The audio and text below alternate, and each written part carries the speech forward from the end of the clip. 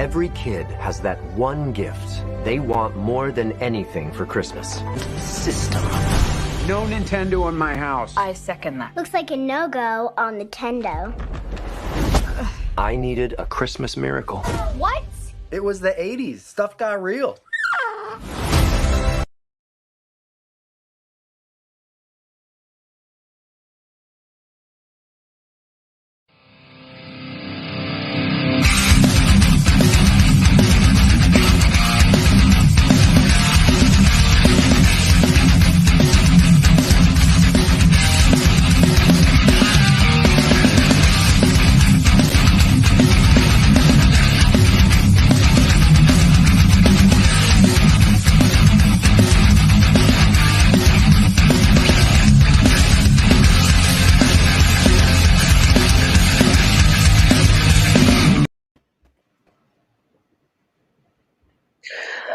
Fa la la la la La la la. la la.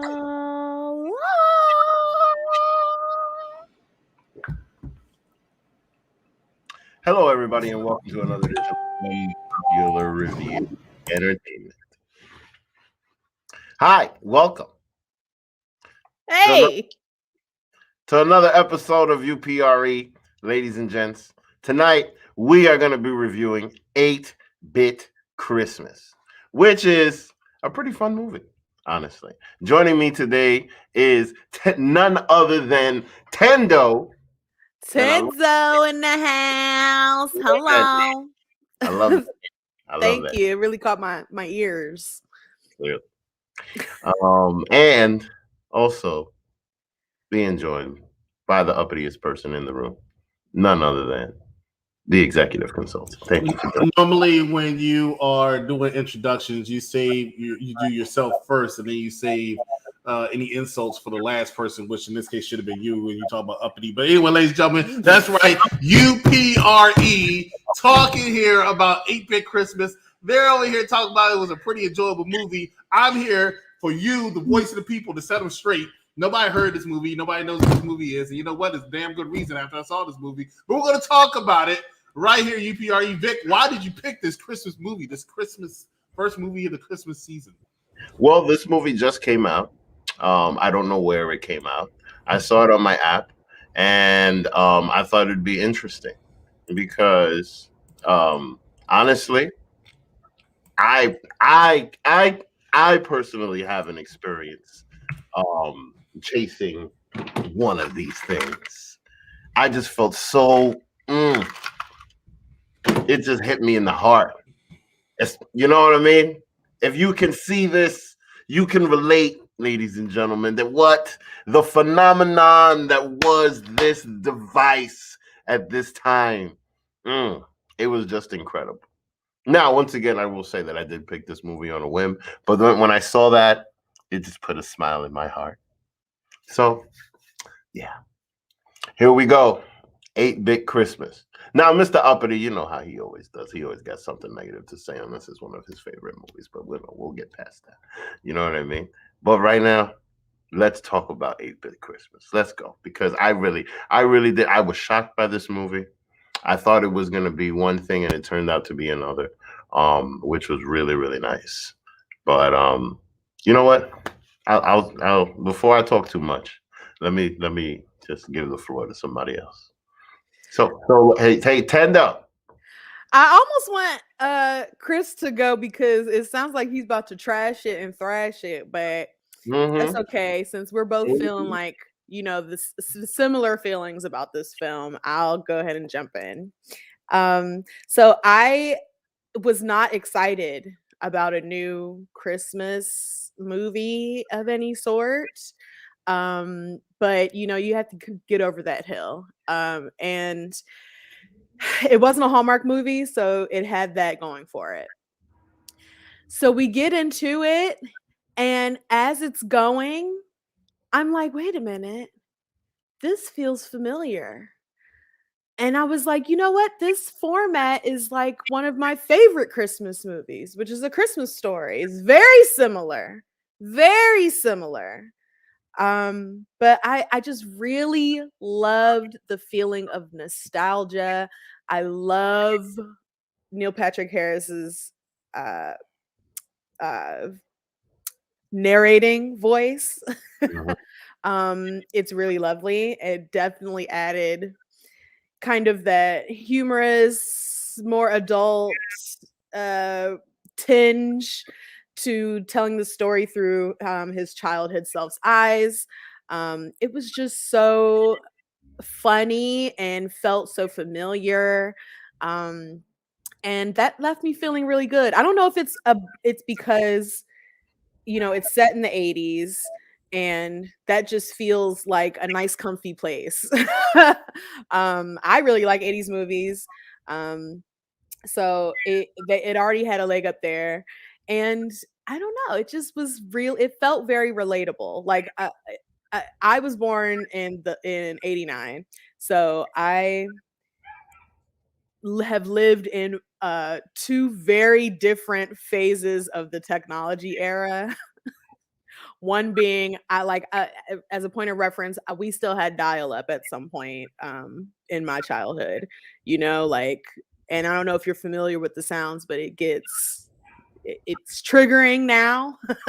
But yeah, it just felt good to have some nostalgia. It felt good to kind of see him interact with his family. That felt very familiar. I have an older brother, and we grew up in the house together, and I was very much on his ass every moment and irking him. That's just part of it. It's how you show your love. And I loved how they interacted when it wasn't, you know, like that regular brother sister rivalry. Like they related to each other and they had their very sentimental moments, and I loved that about this film as well.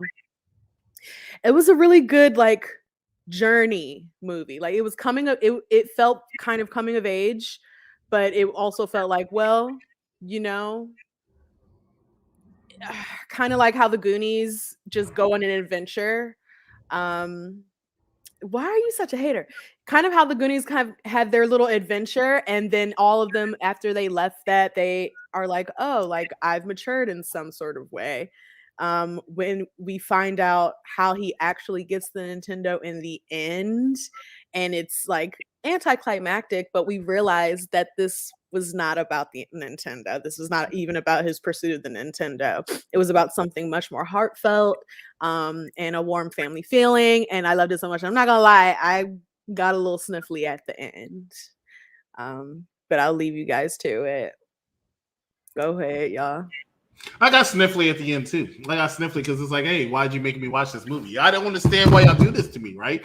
So I see the superior. I mean, in case you didn't know, this boss lady, right? She's like, hey, December, we need to do Christmas movies, even I'm not going to be here for them. But hey, we need to do Christmas movies, right? So I'm like, oh my God, please, somebody shoot me now. I do not like Christmas. This is well known. I cannot stand this freaking stupid ass holiday. Why do I have to be subjected to watch it? Am I boring you playing video games while I'm talking? How rude is that, right? So, like,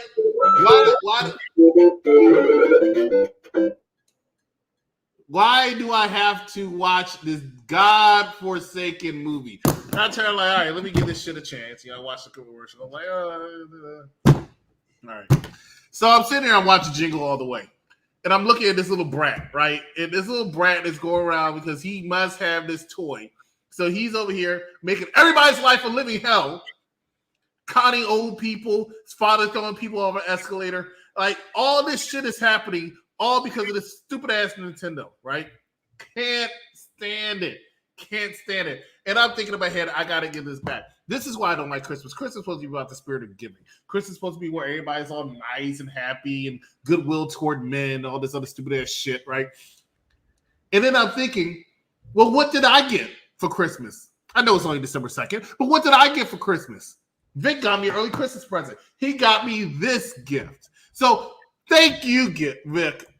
Thank you, Vic, for giving me this gift, right? Because some people care so much about how much a gift costs and where they got it from and how big is it. Well, hey, you know what? I'm over here and I'm like, I want to do recast it. And it's not really a real recasting because I know exactly where Vic got this movie from. He got it from the $5 bin at Walmart, right? Because that's what this movie reminded me of. Ain't nobody spending their God-hard-earned money, right? going to buy this movie unless you boozled it off of somebody in the corner of there going John Young here in Orlando or in Times Square in freaking New York City or any part of Hyattsville in Maryland. But the thing is, you have to pay attention to the fact this movie is crap. Not just because it's Christmas, but it's crap. I'm watching little boys and brats and one man whose voice is deeper than mine play a kid.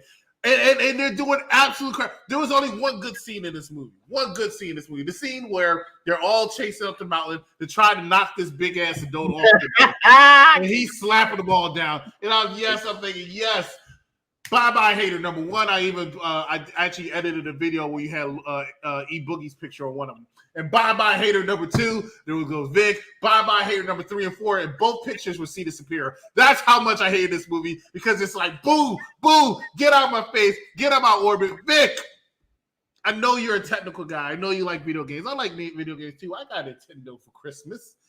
I'm not going to sit here and act like I didn't. I did, right? Because I was a good boy. My parents didn't tell me no like that. Fronting like you ain't never had that experience. Like you don't. I never had that experience. I never had an experience where I wanted something so badly like that for Christmas. Except for maybe the Nintendo, but that's not a here nor there. All right. What's important is that's very here and there. That's literally what the premise of the movie is. Fun fact: I never asked for not even one of these, bro. What's that? The Dreamcast? Not even one of these, bro. Well, well, you're missing my point. I never reacted like that, and I didn't suffer. You and I both know that at that time this was life, bro. You would sit around. The reality situation is that a whole bunch of kids sitting around in somebody's basement was life. Playing this, playing this. He's not the fake. He's faking this right here, straight up. You know that, and you fronting because you like. It is the year 2021. I am not the big guy for nostalgia where I have to sit here and look at people play video games because I want to reclaim that time period. I'm happy I'm out of the 80s, right? I wish James was here because James will tell you all about the racial inequalities in the 1980s, right? And he'll tell you, we don't want to be in the 1980s. I don't want to be in the 1980s because I like my cell phone, right? I like being able to play Madden. I like being able to play my PlayStation Move. I like being able to make transactions via my phone or via a credit card and it actually hits my account immediately. Trash. You're just a trash reviewer. What did you say about this movie? You said something about trash. I didn't hear you. Can you say take is trash. You're right. The show You is trash too, but that's neither here nor there. We're talking about this movie, right? See, that's another one. See, it's just about being contradictory about anything. Yeah, he liked it. I did not like this movie. He didn't say he fell asleep. He remembers his favorite. Oh no!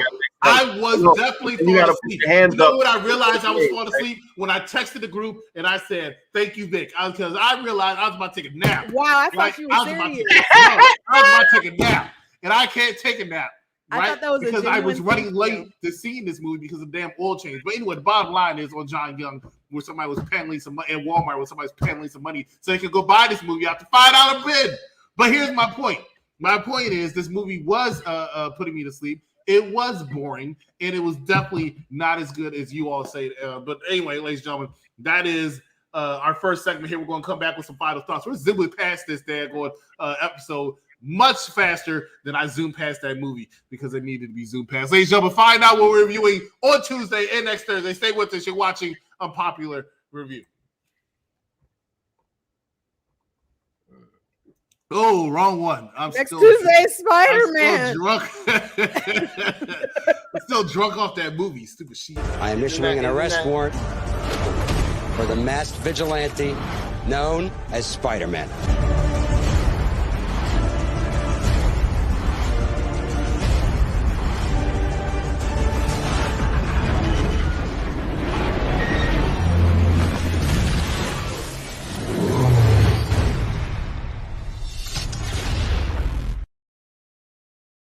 You know, the funny thing is when I went to play the commercial, I actually put this up and I swear I did not realize it was just a picture for like 7 seconds there. It was actually very, very embarrassing. Also, that trailer made that movie actually look good. Then you see the movie. Wow. I know, right? And most important, no matter how much they beg, never, never let them eat after midnight. Because when they do, they change.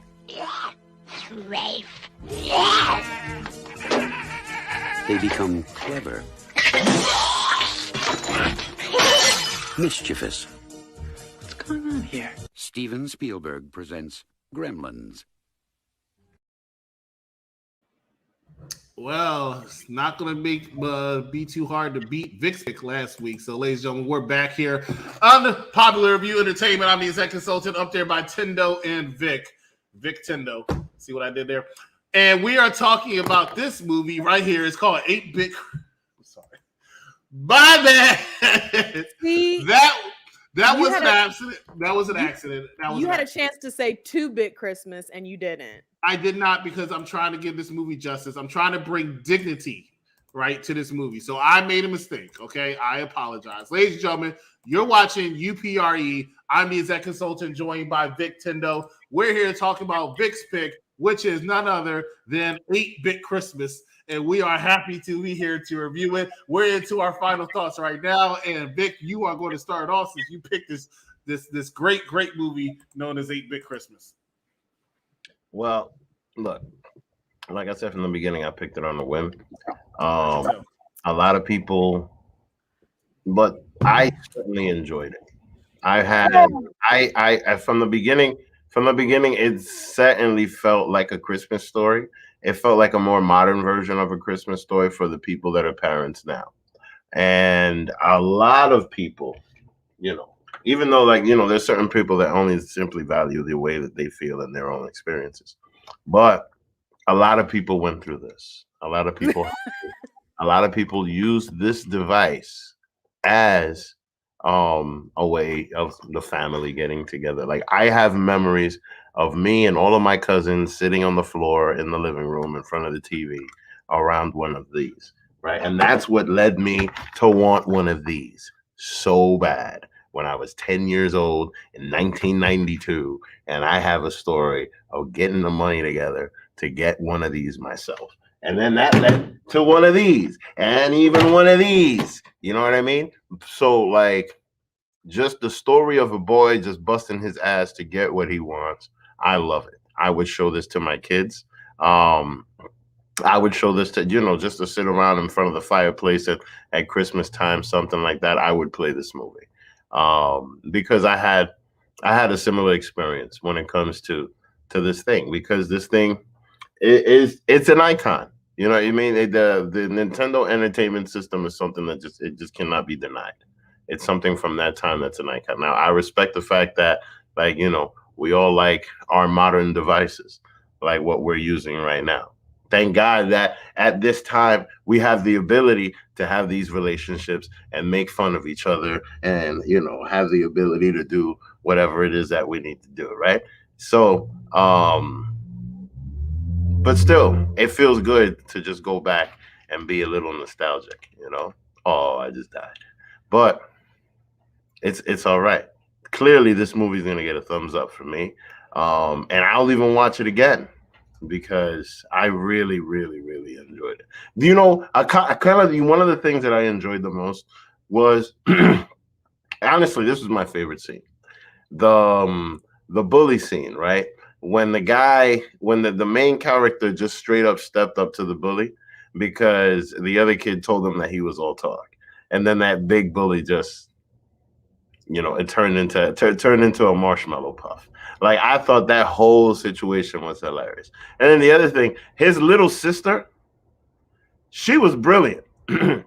Like, and this little girl was just super smart. The way that she had this plan to get this Cabbage Patch Kid, brilliant. And mind you, and lastly, I would have loved to have a tree house. Oh my God. That tree house. I felt this. I would be like, listen, man, if you would have gave me that treehouse, I would have fucking thrown that Nintendo out the window so goddamn fast. Like, what? A treehouse? Listen, I told my wife, like, listen, later on in life, we're going to build a treehouse. You know what I mean? And she rolls her eyes. And I'm just like, listen, I'm going to build this treehouse because I want the treehouse now as an old man. You understand? The treehouse is life right now. But, we all know, #I am Groot. But still, I loved it. I loved it. And I know that, I talked too much and I went a little long-winded on this one. But I liked this movie. You didn't go long-winded because you I don't feel like you got a good chance to really tell us what you loved about it so much. Because we didn't even go all into the plot or none of that. So No, I guess, we didn't because Uppity started hating. But that's okay. We can protect the spoilers. That's true. For this one. That's true. 'Cause it was a fun movie. It really is. I think it really was. It really was, especially for people who, grew up with siblings, who grew up with a lot of friends. Sorry, Chris. Who just had a nice little tight community where people are sharing their experience. You know what I'm saying? Like those neighborhood kids, they all bang with each other like that. That's why they were all on the same thing. That's why they would all go to the one dude's house. It was a good feel-good movie, and I think it was a good addition to the Christmas film circulation. I would say much better than a lot of the other candidates for holiday movies. It's just not. This one was actually like very funny and heartwarming, and just the right levels of both. Wait, you know what I loved the most? The way that they captured the phenomenon of the Power Glove. The Power that was funny. Yo, the Power Glove, because you do not understand the seriousness of the phenomenon of the Power Glove. The Power Glove was bigger than the release of Mortal Kombat. Like, this thing was big. And the reality of the situation is that it was terrible. The lag? So bad. It was horrible. The Power Glove sucked so bad. But they marketed it like it was going to be, you know what I mean? Next level. But it was just terrible technology. It really was. If they now you don't need that kind of stuff. You can do it with a Kinect. But I mean, wow. But the hype though, and that was one of the funnier parts. I see, because I thought they were just gonna hype it up because it's like a big Nintendo hype. I really want to know how much money Nintendo put into this movie, because this is like a promo. But like, shush, shoe fly. Just a hater. Just hate fun. I mean, you hate love. Okay, that's his good. You hate family. You hate Christmas. That's his gimmick. That's all right. But yeah, it's a thumbs up for me. It was really, really good. And yeah, I loved even wrapping at the end, seeing the family like in present day. I don't remember it being more than 3 people. I don't remember who it. I don't know if they referenced any family, or I don't remember that. But even seeing just those 3 people that are in the family, the mom, the dad, and the daughter, I just thought that was so nice. And it was like a different, I mean, they were still a white family, but it was a different kind of family. But did you peep how he ends up marrying the girl that had the same boots? Yes, that was so cute. I loved it. Okay, one spoiler. Yeah, that was good. That was so sweet. That whole boot story too. That's like real life too. Fact. Chris, I don't know if your mom has ever bought you something whack and made you wear, like forced you to wear it. But it was fire just as I wore it. Look, I'm glad you two gave it a thumbs up. The costume with mirrors all over it. It was terrible. Will this be a trifecta of thumbs up? That's the question that everybody wants to know, right? So, 8-bit Christmas. Am I going to give it a thumbs up or a thumbs down? Well, let me tell you something, right? I actually can tell you that I enjoyed this movie more than I thought I was going to enjoy this movie when I started watching this movie. Right? I did. It was not as bad as I thought it was going to be. When Vic first picked it, I was like, get myself into. I was like, this movie is going to be garbage. Yeah. Garbage. Lo and behold, it wasn't just garbage. It was hot garbage. It was hot garbage. But it was better than I thought it was going to be. I actually chuckled a few times. I said, oh, okay, this is cute. However, I have to judge it by, is it my type? do I like stuff like that? And I think we all know it's not really my thing, right? It's not my thing. And I know that might, be like, I know somebody's like, oh, you're a hater. You're a hater. You know you're a hater. How am I a hater? Doesn't make sense. You said you hate Christmas, for one. That doesn't mean I'm a hater. Yeah, you're a hater of Christmas, at the very least. Odioso. Thumbs down for me. Hot fire, thumbs down. Because no, you put a burning thumbs down. Because that's how bad it is. You know what? And I'm not saying that it wasn't better than there was a movie a couple weeks ago. I forgot what it was. I think it was called Midsommar. That should have got a middle finger down for me. Right? That's how bad that movie was. But hey, if it makes any consolation, I enjoyed this movie better than that movie. Ladies and gentlemen, thank you so much for watching us here. Please make sure that you tune into our YouTube channel where they're doing Hawkeye, UPRE. Hawkeye, which is Cedar Superior, who can't make Christmas episodes, making us do it. Bad Guy Jack, as well as Vic. And, of course, next Tuesday, we are doing Spider-Man. This is going to the Andrew Garfield portion, the Amazing Spider-Man. And then, of course, we have Gremlins, which is E. Boogie's pick next Thursday. So you did another trash look, I did trailer 5 for minutes. it. Relax. I did it 5 Yeah, minutes. and it showed. Hey, you know what? It's an E Boogie pick, so you know it must be good, right? All right, ladies and gentlemen, thanks so much for watching us here tonight for 8-Bit Christmas. We will see you coming up this weekend, next weekend, right here on UPRE for Vic Tendo. I'm the exec consultant. Have a good night. I'm on vacation.